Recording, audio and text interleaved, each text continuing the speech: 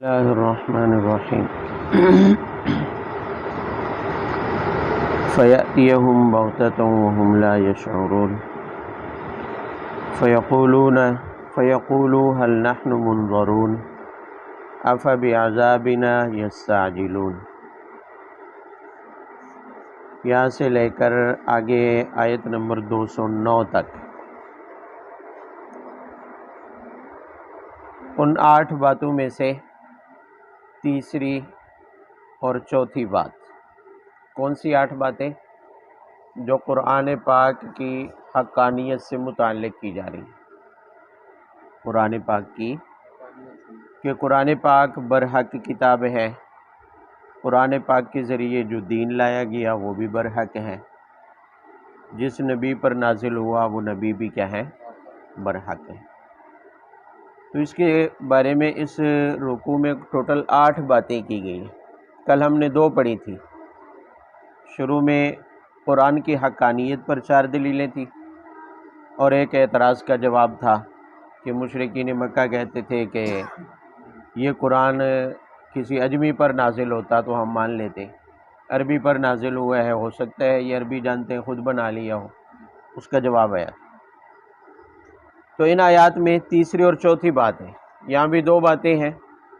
پہلی بات کا تعلق اس سے ہے کہ مشرکین مکہ کب ایمان لائیں گے، کیا وہ ایمان لائیں گے بھی یا نہیں لائیں گے، اور دوسری بات یہ کہ اللہ تعالیٰ کی طرف سے عذاب کا ضابطہ کیا ہے، کسی قوم پر عذاب کب آتا ہے، کیوں آتا ہے، اس کا اصول کیا ہے، قانون الہی کیا ہے۔ جہاں تک پہلی بات کا تعلق ہے تو فرمایا کہ یہ مشرکین مکہ اب ایمان لانے والے نہیں ہیں، کیونکہ اللہ تعالیٰ کو پہلے سے معلوم ہے کہ یہ ضد اور ہٹ دھرمی پر اڑے ہوئے ہیں، تو یہ کبھی بھی ایمان نہیں لائیں گے۔ ہاں، ان کے ایمان لانے کی ایک ہی صورت ہے کہ یاتیہم بغتۃ وہم لا یشعرون، اچانک کیا آ جائے گا ان پر، عذاب، انہیں پتہ بھی نہیں چلے گا، تب یہ ایمان لائیں گے۔ جب عذاب کو دیکھیں گے تب یہ ایمان لائیں گے، لیکن وہ ایمان قابل قبول نہیں ہو۔ جب عذاب کو دیکھیں گے تو اللہ تعالیٰ فرماتے ہیں پھر کہیں گے کہ حل نحن منظرون، کیا ہمیں تھوڑی سی مہلت مل سکتی ہے، تھوڑی سی مہلت۔ اب یہ عذاب دنیا میں دیکھیں یا آخرت میں، جب بھی دیکھیں گے یہ مہلت ضرور مانگیں گے، مہلت۔ تو اللہ تعالیٰ فرماتے ہیں کہ اگر بالفرض عذاب کو دیکھتے وقت انہیں مہلت ہم دے بھی دیں، ہم انہیں مہلت دے بھی دیں اور دنیا میں انہیں کچھ عرصے کے لیے مزید دنیا کی نعمتیں اور دنیا کا نفع اٹھانے دیں، تب بھی یہ ایمان نہیں لائیں گے، تب بھی یہ ایمان ہے۔ یہ بات پہلے گزر چکی ہے۔ بمثال کے طور پر آخرت میں جب حساب و کتاب ہو اور انہیں بتایا جائے کہ تمہارے لیے جہنم کا عذاب ہے، جہنم کے عذاب کا فیصلہ ہو، اب وہ کہیں کہ ہمیں مہلت دیں، واپس دنیا میں بھیجیں تاکہ ہم دوبارہ ایمان لائیں اور اچھے اعمال کریں، اب ہم پکا ایمان لائیں گے۔ تو اب دنیا میں بھیجنے کی 2 ہی صورتیں ہیں۔ ایک صورت تو یہ ہے کہ وہ آخرت والا عذاب انہیں کیا رہے، یاد رہے، دنیا میں بھی آ جائے اور آخرت والا وہ عذاب بھی انہیں کیا رہے، یاد رہے، جو دیکھ کر آئے ہیں۔ تو پھر تو امتحان نہ رہا، پھر تو امتحان نہ رہا، آزمائش نہ رہی، پھر تو دنیا کیا ہوئی، دنیا تو ہے ہی امتحان کی جگہ۔ اور اگر انہیں واپس لایا جائے اور وہ آخرت میں جو دیکھ کر آئے ہیں وہ بھلا دیا جائے، ان کے ذہنوں سے مٹا دیا جائے، تو پھر ان کی وہی صورت حال ہوگی جو پہلے تھی کہ آخرت کا عذاب دنیا میں اس کا انکار کرتے تھے، مانتے نہیں تھے، تو اسی وجہ سے ایمان بھی نہیں لاتے تھے۔ تو اب اگر ان کے ذہنوں سے مٹا کر پھر لایا جائے دنیا میں تب بھی وہ ایمان نہیں لائیں گے، تو لہٰذا اب یہ ایمان نہیں لائیں گے چاہے ان کو دوبارہ عذاب دیکھنے کے بعد مہلت بھی مل جائے۔ اور دوسری بات کہ اللہ تعالیٰ کی طرف سے عذاب کا ضابطہ کیا ہے، یہ پہلے کئی بار گزر چکا ہے کہ اللہ رب العزت کسی بھی قوم پر عذاب تب نازل کرتے ہیں جب اتمام حجت ہو جاتا ہے۔ انبیاء بھیجتے ہیں، نبی بھیجنے کے بعد اگر کتاب نئی مقصود ہو تو نئی شریعت بھی بھیجی جاتی ہے، ایمان کی دعوت دی جاتی ہے، جب دعوت مکمل ہو جاتی ہے، اتمام حجت ہو جاتا ہے، حتیٰ کہ نبی کی سچائی کے لیے معجزات بھی بھیجے جاتے ہیں، پھر بھی اگر کوئی قوم ایمان نہیں لاتی تو تب اللہ کی طرف سے عذاب آتا ہے، بغیر اتمام حجت کے کہ نبی نہ بھیجیں، کتاب نہ بھیجیں، معجزات اور دلیلیں بھی نہ بھیجیں، اس کے بغیر کسی قوم پر اللہ تعالیٰ دنیا میں عذاب نازل نہیں کرتے۔ تو دنیا میں عذاب تب نازل ہوتا ہے جب نبی بھی آیا ہو، شریعت بھی ان کے پاس آئی ہو، دعوت بھی آئی ہو، اس کے بعد اگر وہ انکار کر دے اور اللہ تعالیٰ کی نافرمانی کر دے تو پھر وہ عذاب میں مبتلا ہوتے ہیں۔ تو اس لیے فرمایا وما اہلکنا من قریۃ، ہم کسی بستی کو ہلاک نہیں کرتے الا لها منذرون، مگر یہ کہ ان کے لیے ڈرانے والے نبی بھیجتے ہیں جو ان کو واعظ و نصیحت کرتے ہیں۔ وما تنزلت به الشیاطین وما ينبغي لهم وما يستطيعون انهم عن السمع لمعزولون فلا تدع مع الله الها آخر فتكون من المعذبین۔ یہاں سے لے کر آگے آیت نمبر 220 تک، انہ هو السمیع العلیم تک، پانچویں اور چھٹی بات کا بیان ہے۔ چار باتیں ہو چکی ہیں قرآن پاک کے تعلق سے، اب پانچویں اور چھٹی بات یہاں بیان کر رہے ہیں۔ گویا کہ یہاں بھی دو ہی باتیں ہیں۔ پہلی بات کا تعلق اس بات سے ہے کہ قرآن پاک کو پیچھے بتایا ہے کہ نزل بہ الروح الامین، امانت دار فرشتہ لے کر آیا ہے اللہ تعالیٰ کی طرف سے۔ اب یہاں اس کی نفی کرنی ہے کہ قرآن پاک شیاطین نہیں لاتے۔ شیاطین، مشرکین مکہ کا خیال تھا کہ شیاطین ان کے پاس جو ہے قرآن پاک کو لاتے ہیں، نعوذ باللہ۔ اور دوسری بات کہ قرآن پاک جب تمہارے پاس آ گیا تو جو قرآن پاک پر ایمان لا رہا ہے، جو قرآن پاک پر اور قرآن پاک کے احکامات اسے معلوم ہو چکے ہیں، اب اس کی ذمہ داری کیا ہے؟ اب اس کی ذمہ داری یعنی قرآن پاک مان لینے کے بعد، قرآن پاک کو سمجھ لینے کے بعد اہل قرآن کی ذمہ داری کیا ہے؟ ذمہ داری پہلی بات فرمایا کہ ما تنزلت بالشیاطین، یہ دعویٰ فرمایا گیا اللہ جل شانہ کی طرف سے کہ قرآن شیاطین نازل نہیں کر سکتے، اور نہ ہی آپ کے پاس شیاطین اس کو لے کر آئے ہیں۔ اس کی دو وجہ ارشاد فرمائی۔ فرمایا شیاطین کیوں نہیں لا سکتے؟ پہلی بات یہ ہے کہ ما ینبغی لہم، ما ینبغی لہم وما یستطیعون۔ پہلی وجہ یہ ہے کہ شیاطین کا کام ہے لوگوں تک گمراہی پہنچانا، لوگوں تک گمراہی پہنچانا، یعنی اللہ نے ان میں صلاحیت ہی نہیں رکھی ہے نیکی کی، اصلاح کی یا اچھی باتوں کے پہنچانے کی۔ اب ظاہر ہے قرآن پاک کو دیکھیں تو سارا ہدایت سے بھرپور ہے، سارا کیا ہے؟ اور شیاطین تو صرف گمراہی کی باتیں لا سکتے ہیں۔ اگر قرآن پاک شیاطین لاتے تو وہ گمراہی لاتے، حالانکہ قرآن پاک تو ہدایت پر مبنی ہے، اس کے اندر کوئی بھی حکم ایسا نہیں ہے جو گمراہی کا کیا ہو، سبب ہو، تو یہ شیطانی باتیں کیسی ہو سکتی ہیں؟ شیطانی باتیں۔ اور دوسری وجہ کہ شیطان نے انہیں اس کو نازل نہیں کیا، دوسری وجہ یہ ہے کہ شیاطین وہاں تک جا ہی نہیں سکتے جہاں سے قرآن لایا گیا ہے، جہاں سے قرآن، بھئی قرآن براہ راست اللہ کی طرف سے لوح محفوظ، پھر لوح محفوظ سے آگے نیچے لایا گیا آسمان دنیا، آسمان دنیا سے نیچے فرشتے لے کر آئے ہیں، آسمانوں پر شیاطین کا داخلہ ہی بند ہے۔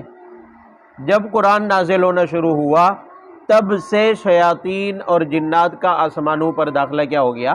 ممنوع ہو گیا۔ اس سے پہلے جاتے تھے، اس سے پہلے آتے جاتے تھے، لیکن جب سے قرآن کا نزول ہوا، سورہ حجرات میں آگے آئے گا، پوری تفصیل اس کی آئے گی کہ اللہ جل شانہ نے شیاطین کا داخلہ آسمانوں کے اوپر کیا کر دیا؟ بند کر دیا۔ یہ بھی قرآن کی حفاظت کے پیش نظر تھا کہ قرآن کی کچھ باتیں شیاطین کو سنائی نہ دیں، وہ اس کے اندر اپنی طرف سے کچھ خلط ملط نہ کریں، تو اللہ جل شانہ نے ان کا وہاں آنا جانا بند کر دیا۔ تو شیاطین کیسے نازل کر سکتے ہیں؟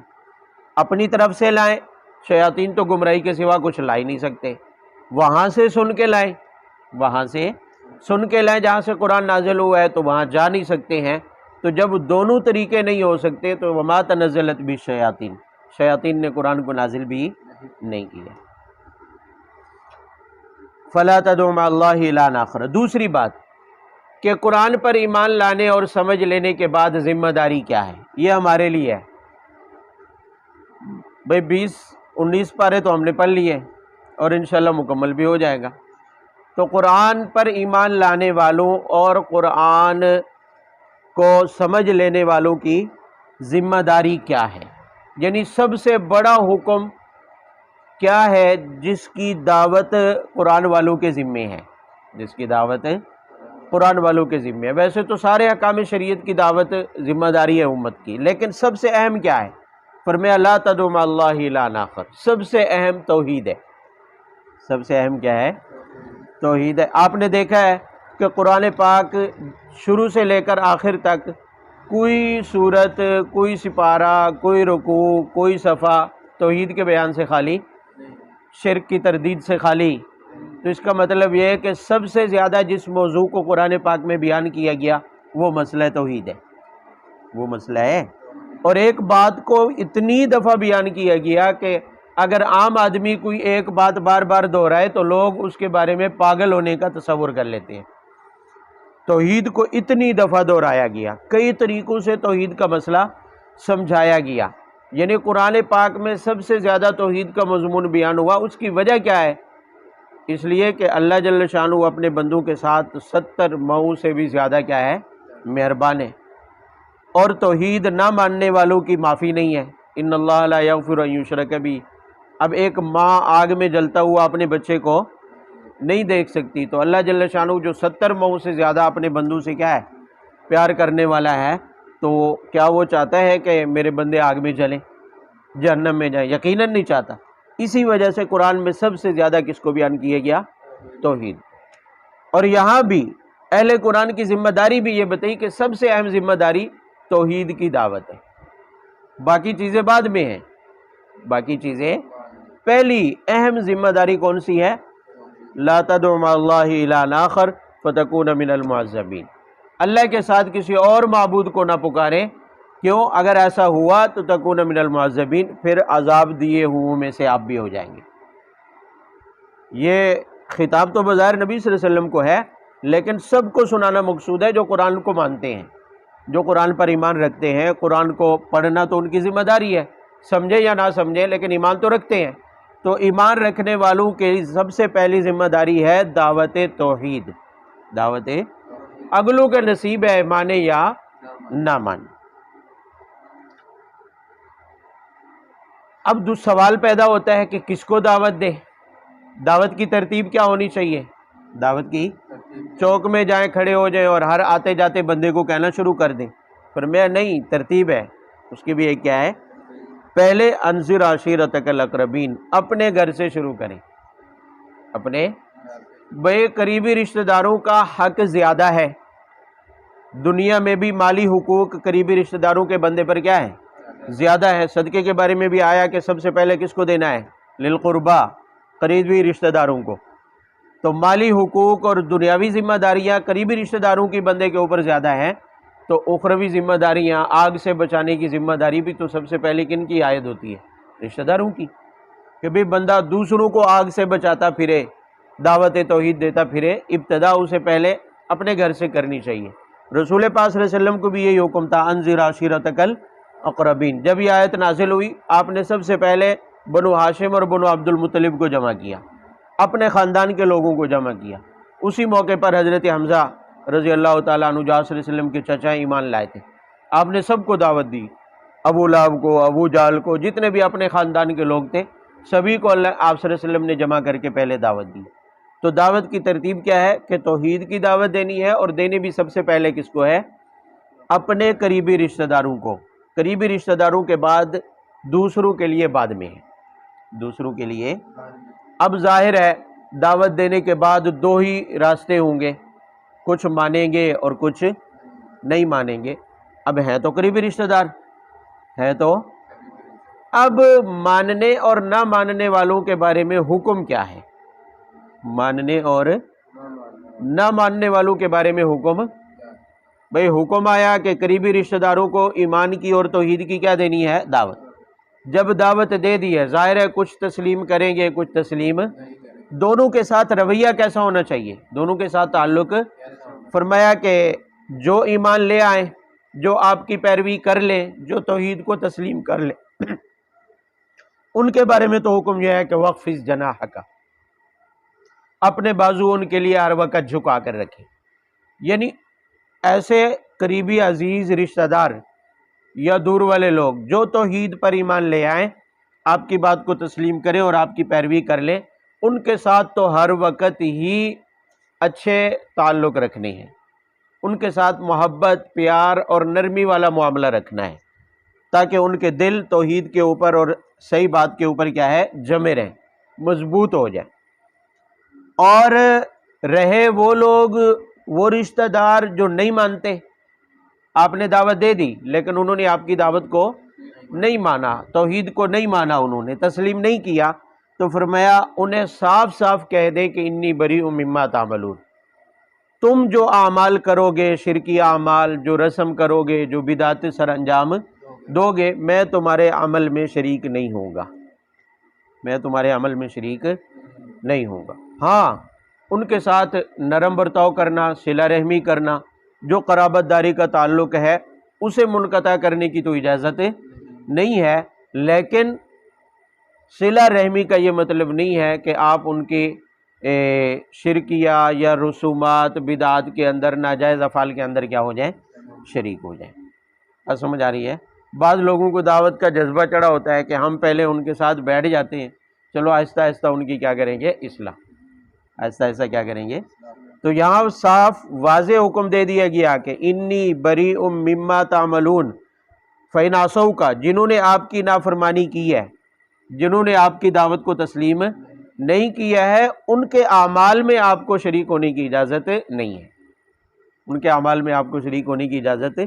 بھئی ظاہر ہے جو توحید کو نہیں مانیں گے ان کے اعمال کیسے ہوں گے، شرکیہ ہوں گے، شرکیہ ہوں گے، اور رسومات بدعات ایسے اعمال کریں گے جن کا دین کے ساتھ کوئی تعلق نہیں ہوگا. تو فرمایا جب تم نے قرآن کو پڑھ لیا، ایمان لے آئے ہو اور دعوت دے ڈالی ہے اور انہوں نے دعوت کو تسلیم نہیں کیا، تو پھر اسی پر عمل کرو کہ لکم دینکم ولی دین، تمہارا دین تمہارا، ہمارا دین ہمارا. دین میں شراکت نہیں ہوگی، اعمال میں شراکت نہیں ہوگی. ہاں، نسبی قرابت اللہ تعالیٰ نے چونکہ قائم رکھی ہے، اس حوالے سے تالیف قلب، ان کے ساتھ نرمی، سارے برتاؤ ہوتے رہیں گے، لیکن ناجائز اعمال میں ان کے ساتھ شرکت نہیں ہوگی. وتوکل علی العزیز الرحیم. اب ایسی صورتحال میں کہ جب قریبی رشتہ دار، ان کے ساتھ بندہ ان کے ناجائز اعمال میں، بدعات میں، رسومات میں شریک نہیں ہوگا، تو ظاہر ہے اگلا خطرہ تو ہے کہ وہ تو غصہ کریں گے، ہو سکتا ہے وہ عداوت اور دشمنی پر بھی اتر ہے. تو فرمایا ڈرنے کی ضرورت نہیں ہے، بھروسہ کس پر کریں، اللہ پر کریں. یعنی صرف اس ڈر سے کہ وہ ناراض ہو جائیں گے، ان کی ناراضگی کے ڈر سے یا ان کی دشمنی اور عداوت کے ڈر سے آپ ان کے غلط اعمال میں شریک ہونا شروع ہو جائیں، فرمایا اس بات کا خوف نہ رکھیں. وتوکل علی العزیز الرحیم، اس ذات پر بھروسہ کریں جو غالب ہے، حکمت والا ہے، وہی تمہاری حفاظت کرے گا. بھئی پورے مکہ کو، مشرکین کو، سب کو کہہ دیا صلی اللہ علیہ وسلم نے لکم دینکم ولی دین، ہم تمہارے اعمال میں کبھی بھی شریک نہیں ہوں گے. تو کیا کر لیا مکہ والوں نے، کیا اکھاڑ لیا، بہت زور لگایا لیکن کچھ بگاڑ نہیں سکے. اگرچہ طاقت میں بھی تھے، کثرت میں بھی تھے، اور سارے رشتہ دار ایک طرف تھے اور رسول پاک صلی اللہ علیہ وسلم ایک طرف تھے، سوائے چند ایک کے، تو کوئی کچھ نہیں بگاڑ سکا. اس لیے کہ وتوکل علی العزیز الرحیم، کہ بھروسہ اس ذات پر ہے جو سب پر کیا ہے، غالب ہے. الذی یراک حین تقوم وتقلبک فی الساجدین انہ هو السمیع العلیم. آگے بتایا ہے کہ اللہ جل شانہ وہ ذات ہے جو آپ کے قیام، آپ کے سجود، آپ کی ہر حالت میں آپ کو دیکھ رہا ہے، آپ کی ہر حالت میں آپ کو دیکھ رہا ہے. تو لہٰذا آپ کے اعمال اللہ کے سامنے ہیں. آپ غلط اعمال میں اگر شریک ہوں گے تو پکڑ آپ کی ہوگی، لیکن اگر آپ غلط اعمال میں شریک نہیں ہوتے تو جو تمہارے ساتھ دشمنی کرے گا اسے اللہ رب العزت دیکھ لیں گے، تمہیں ان سے ڈرنے کی ضرورت نہیں. هل انبئکم علی من تنزل الشیاطین، یہاں سے آخر تک آیت نمبر 227 جہاں اختتام ہو رہا ہے، آخری 2 باتیں 8 باتوں میں سے آخری دو باتیں ہیں، 7ویں بات اور 8ویں بات۔ مشرکین مکہ کے دو اعتراضات کے جوابات دیے گئے، دو اعتراض اور ان کے جواب۔ ان کا پہلا اعتراض یہ تھا کہ ہمیں یہ لگتا ہے کہ نعوذ باللہ محمد صلی اللہ علیہ وسلم کیا ہے؟ کاہن ہے۔ کیا ہے؟ کاہن ہے، اور ان کو یہ جو جس کو یہ قرآن کہتے ہیں یہ جنات کی بتائی ہوئی باتیں ہیں، شیاطین کی بتائی ہوئی۔ بھئی کاہن جیسے نجومی ہوتے ہیں، اس زمانے میں کاہن ہوا کرتے تھے جو غیب کی خبریں دیتے تھے، غیب کی خبریں۔ تو انہوں نے اعتراض کیا کہ ہمیں لگتا ہے کہ محمد صلی اللہ علیہ وسلم نعوذ باللہ کیا ہے؟ کاہن ہے، اور ان کے پاس جو یہ قرآن جس کو کہتے ہیں یہ جنات اور شیاطین کی طرف سے لائی ہوئی باتیں ہیں جو وہ کاہنوں کو آ کر بتایا کرتے ہیں۔ ایک بات۔ دوسرا اعتراض ان کا یہ تھا کہ ہمیں لگتا ہے کہ یہ قرآن اشعار کی کتاب ہے، جس کو یہ قرآن کہہ رہے ہیں یہ کیا ہے؟ اشعار ہے، یہ محمد کی کیا ہے؟ شاعری ہے، اور ہمیں یہ کہتا ہے کہ یہ قرآن اللہ کی کتاب ہے۔ یہ دو ان کے بڑے اعتراض تھے۔ پہلے اعتراض کا جواب دیا کہ فرمایا هل انبئکم علی من تنزل الشیاطین تنزل علی کل افاک اثیم یلقون السمع واکثرهم کاذبون۔ وجہ سے فرمایا کہ آپ صلی اللہ علیہ وسلم کا کاہن ہونا نعوذ باللہ، اور جنات اور شیاطین کا آپ کی طرف قرآن لے کر آنا، یہ بات بالکل بیکار ہے، کسی بھی طرح سے یہ بات قابل تسلیم نہیں۔ کیسے؟ یہاں بھی دو وجہ ارشاد فرمائی، دو پہلے آ چکی ہیں، یہاں بھی دو وجہ بتائی ہیں۔ فرمایا ایک وجہ تو یہ ہے کہ شیاطین جن کاہنوں کے پاس آتے ہیں ان کاہنوں کی حقیقی زندگی کا محمد صلی اللہ علیہ وسلم کی زندگی سے موازنہ کر کے دیکھ لیں، کیا واقعی کاہن ایسے ہوتے ہیں؟ کیا واقعی کاہن؟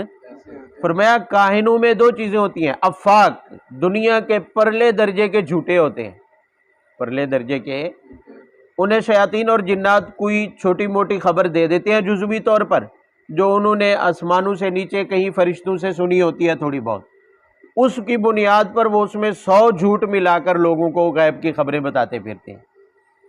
تو کاہن ایک تو سب سے بڑے جھوٹے ہوتے ہیں، اور اسیم دوسرا یہ کہ وہ بدکار ہوتے ہیں۔ کیا ہوتے ہیں؟ کیونکہ شیاطین نیک لوگوں کے ساتھ دوستی نہیں رکھتے، شیاطین اور جنات کی دوستی بدکاروں سے ہوتی ہے جو اللہ کے نافرمان ہوتے ہیں، جو اللہ کے کیا ہوتے ہیں؟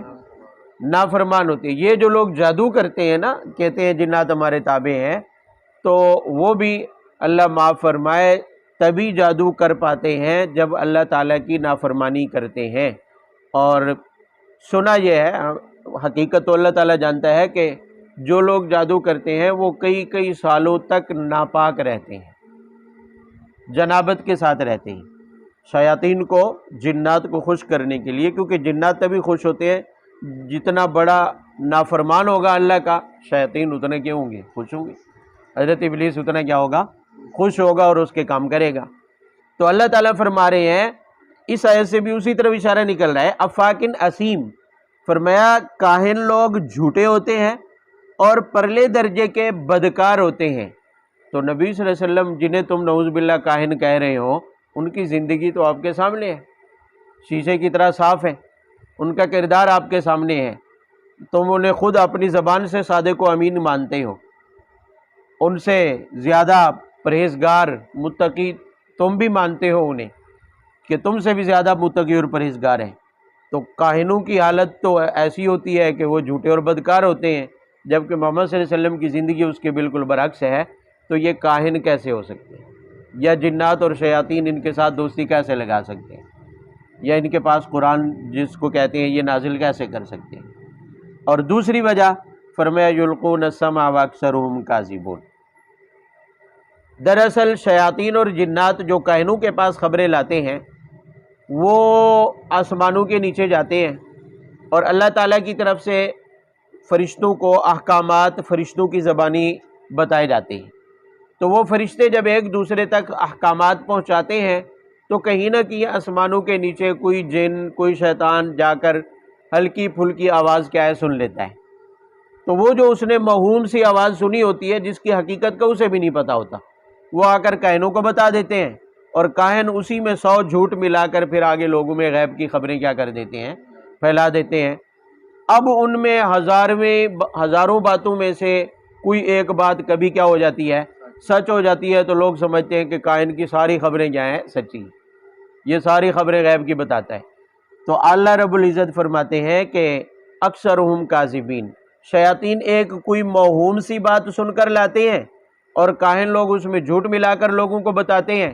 کاہنوں کی تو یہ حالت ہوتی ہے، جبکہ قرآن پاک تو سارے کا سارا سچا ہے، ایک ایک حرف قرآن پاک کا کیا ہے، سچا ہے، اس کے اندر جھوٹ یا وہم کا کوئی شائبہ ہی نہیں ہے۔ تو تم کیسے کہہ سکتے ہو کہ یہ کاہنوں کی باتیں ہیں یا وہ شیاطین لائے ہیں کاہن کے پاس، نعوذ باللہ، ایسا تو ممکن ہی نہیں ہے۔ رہا دوسرا اعتراض کہ محمد صلی اللہ علیہ وسلم شاعر ہیں اور قرآن نعوذ باللہ ان کی کیا ہے، شاعری ہے، فرمایا یہ بھی ناممکن ہے، یہ بھی کیا ہے۔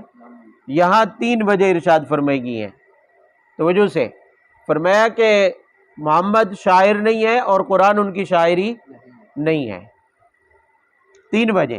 پہلی وجہ فرمایا کہ وَالشُّعَرَاءُ يَتَّبِعُهُمُ الْغَاوُونَ، شیاطین کی پیروی معاشرے کے لوفر ترین لوگ کرتے ہیں۔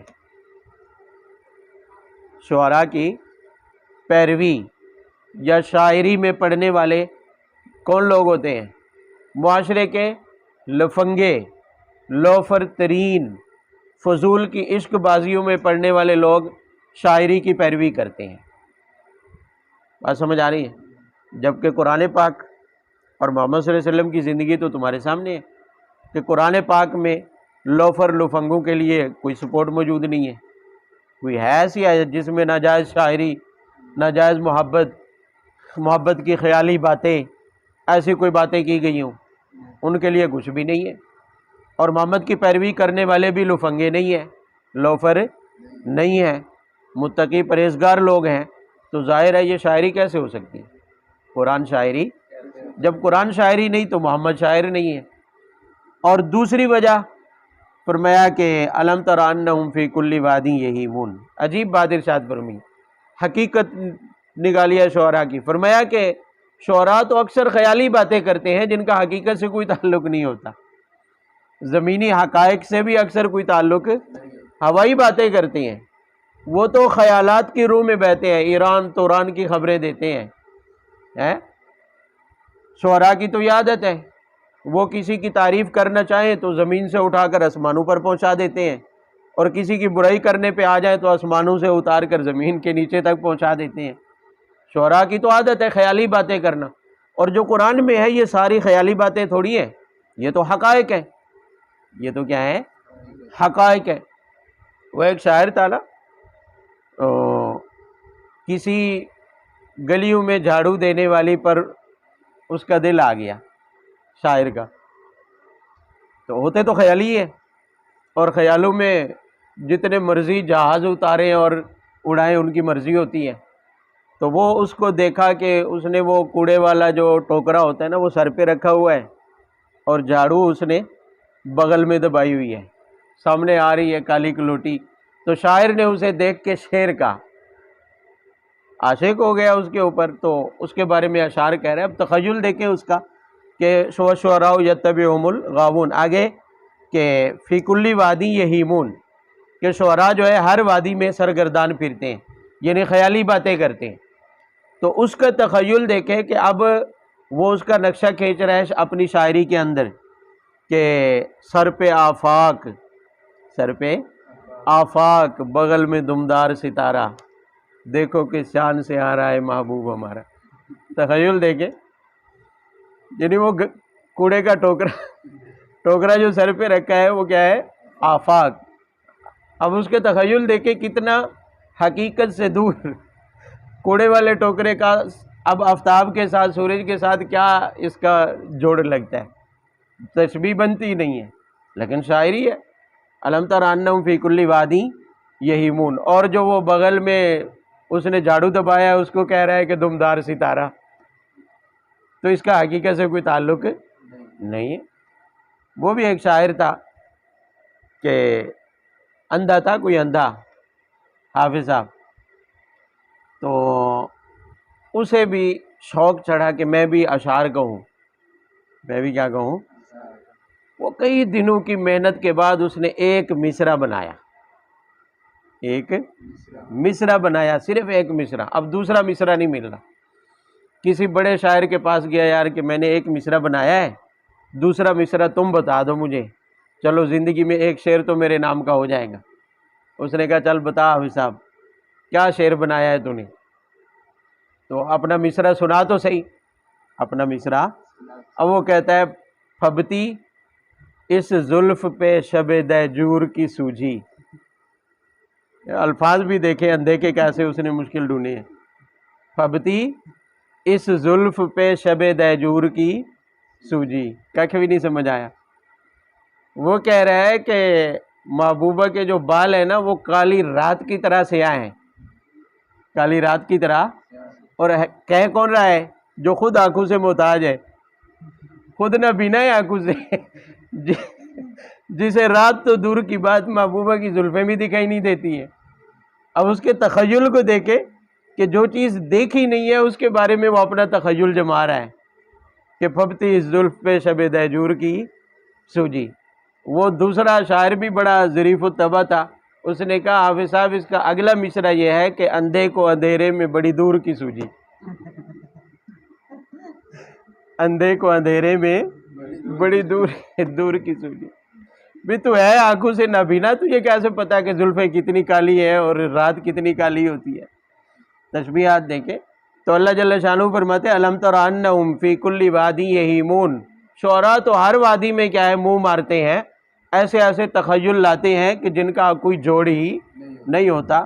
جبکہ قرآن پاک تو خیالی باتیں نہیں ہیں، حقائق سے بھرپور باتیں ہیں، سارا کا سارا فطرت سے تعلق ہے. قرآن پاک کے حکام تو سارے فطرت سے تعلق رکھتے ہیں، جن کا خیالی تصورات سے، خیالی دنیا سے کوئی تعلق نہیں ہے. تو اس کو شاعری قرار دینا یہ بالکل بے عقلی والی بات ہے، شاعری کے ساتھ اس کا کوئی جوڑ نہیں ہے.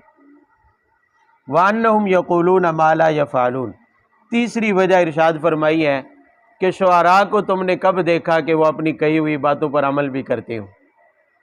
شعراء بھئی پورے ملک کے نوجوانوں کو شعراء لوفر بنا کے چھوڑتے ہیں، لیکن خود کبھی بھی یہ الٹے سیدھے عشق بازی نہیں کرتے ہیں.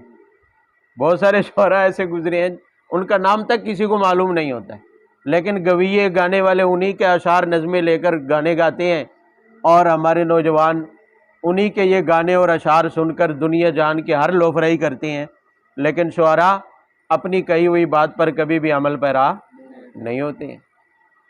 تو شعراء کی باتیں بے عملی ہوتی ہیں، ان کا عمل سے کوئی تعلق نہیں ہوتا، یعنی ان کے قول اور عمل میں تضاد ہوتا ہے. جبکہ محمد صلی اللہ علیہ وسلم جو کچھ کر رہے ہیں وہ تو سارے کا سارا وہ ہے جو محمد صلی اللہ علیہ وسلم کا عمل بھی ہے اس پر. حضرت عائشہ فرماتی ہیں کان خلق القرآن، آپ کے اخلاق قرآن ہیں. آپ کے اخلاق کیا ہے؟ یعنی پورے کا پورا قرآن تو محمد صلی اللہ علیہ وسلم کے عمل میں ہے، جبکہ شعراء تو اپنی کسی بات پر عمل ہی نہیں کرتے ہیں، بلکہ بعض باتیں ان کی عمل کے لائق ہی نہیں ہوتی ہیں، عمل کے لائق ہی نہیں ہوتی، محض خیالی ہوتی ہیں، ان کا حقیقی دنیا سے کوئی تعلق ہی نہیں ہوتا ہے. تو فرمایا کہ جبکہ قرآن پاک ایسی چیز نہیں ہے. الا الذین آمنوا وعملوا الصالحات. ہاں شاعری میں البتہ شعراء میں استثنائی حالت موجود ہے. وہ یہ ہے کہ چونکہ اس زمانے میں بہت سارے عرب جاہلیت کے شعراء ایسے تھے جنہوں نے اپنے اناد اور ہٹ دھرمی میں رسول پاک صلی اللہ علیہ وسلم کی مذمت اور حجب میں اشعار کہے نعوذ باللہ، جس میں انہوں نے نبی صلی اللہ علیہ وسلم کی کیا کی ہیں؟ گستاخیاں کی، بے ادبیاں کی. تو مسلمان شعراء نے ان کی جواب میں اشعار کہے، ان کے جواب میں، جس میں آپ صلی اللہ علیہ وسلم کی مدح اور تعریف تھی، جسے نعت کہا جاتا ہے، اور جو انہوں نے آپ صلی اللہ علیہ وسلم پر حجب کی تھی، مذمت کی تھی، اس کا انہوں نے کیا دیا؟ جواب. اس کا انہوں نے کیا دیا؟ تو اس کا استثناء کیا ہے کہ ہاں جو شعراء ایمان رکھتے ہیں اور اچھے اعمال کرتے ہیں اور اللہ تعالیٰ کو یاد رکھتے ہیں، انہوں نے جو بدلے میں اشعار کہے ہیں وہ ٹھیک ہے. انہوں نے جو اسلام کی حفاظت، نبی پاک صلی اللہ علیہ وسلم کی ناموس کی حفاظت کے لیے اشعار کہے ہیں وہ کیا ہیں؟ ٹھیک ہے. یعنی ہمارے نعت خوان بچ گئے، نعت خوان بچ گئے. باقی شعراء کی بات ہے. یعنی اگر اشعار کہتے ہیں حقیقت پر مبنی، حقیقت پر مبنی، اسلام کی حفاظت میں اشعار کہتے ہیں، شریعت کی حفاظت میں اشعار کہتے ہیں، تو ایسے اشعار تو کیا ہیں، درست ہیں. لیکن دنیا داری، عشق بازی والے ایسے اشعار جو گمراہ کن ہوں، ایسے شعراء اور اشعار کی مذمت ہے، ان کی یہاں قرآن پاک میں مذمت کی گئی. وَسَيَعْلَمُ الَّذِينَ ظَلَمُوا أَيَّ مُنقَلَبٍ يَنقَلِبُونَ. آخر میں وارننگ ہے، انہیں بتایا جا رہا ہے کہ اب جتنی مرضی تم بکواسات کر لو قرآن پاک کے بارے میں، ایک دن ایسا آئے گا کہ ان قریب تم جان لو گے کہ تمہیں پلٹنے، چھپنے اور پھرنے کی جگہ بھی میسر نہیں ہوگی. جب اللہ کی پکڑ آئے گی تو تم کہیں بھی چھپ نہیں سکو گے، اللہ کی پکڑ سے کہیں بچ بھی نہیں سکو. وآخر دعوانا